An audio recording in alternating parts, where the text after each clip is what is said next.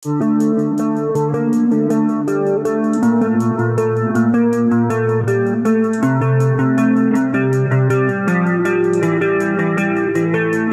жылдардан бери айтылып, бирок ишке ашпай келген Өзгөндөгү айланма жолдун курулушу жүрүп жатат. Мындагы курулуштун эң алгачкы этабы болгон Карадарыянын эки жээгин бекемдеп дамба куруу иштери жүрүп жаткан чагы. Мындагы иш аракеттер менен министрлер кабинетинин төрагасы Акылбек Жапаров жеринен таанышууда. Анткени курулуштагы эң орчундуу жана эң оор бөлүгү дал ушул Карадарыянын үстүнөн өтүүчү 206 метрлик көпүрөнүн курулушу болууда. 100 жылдык. 100 жылдыкта бир жол чоң. Бул канчага рассчитан? Эки дамба токтосун. 200 метрге азыр проектировщиктер эки дамбанын ортосуна берип, ошол объемдук эсептейт. Мына ушундай унаалардын узун кезеги шаар ичиндеги гана эмес, Бишкек-Ош жолундагы тыгын. Айрыкча жекшемби күндөрү мал базар иштегенде ыңгайсыздыктар көбөйөт. Көйгөйдүн түйүнү Бишкек-Ош унаа жолунун, анын ичинде оор жүк ташуучу унаалардын Өзгөн шаарынын так ортосун аралап өткөндүгүндө болууда. Маселени чечүү максатында ири долбоор башталып, курулуш иштери кызуу жүрүп жаткан чагы.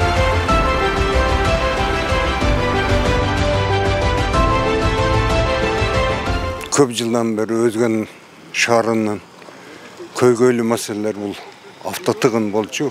Четинде турган парковкадагы сыртына чыгып алган базар соодадагылар чыгып алган. Биз үчүн жакшы жаңылык. Өзгөн шаарынын айланма жол курулат деп атышат. Айланма жолдун курулушу мамлекеттик жеке өнөктөштүк долбоорунун алкагында ишке ашууда. Азыркы тапта альтернативалык жолду куруу үчүн Карадарыянын жээги бекемделүүдө. Бир айдан ашык убакыттан бери сууну бир нукка салуу жана дамба куруу иштери жүрүүдө. Ал үчүн өзгөчө кырдаалдар министрлигинин техникалары тартылып, жалпысынан 4 аткаруучу компания иш алып барууда.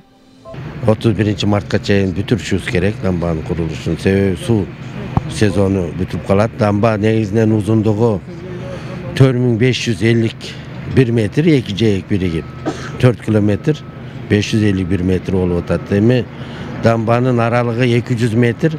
Биз суудун нугун буруп, ушул жаңы салынып аткан көпүрөгө суудун нугун 200 метр аралыкта буруп беребиз.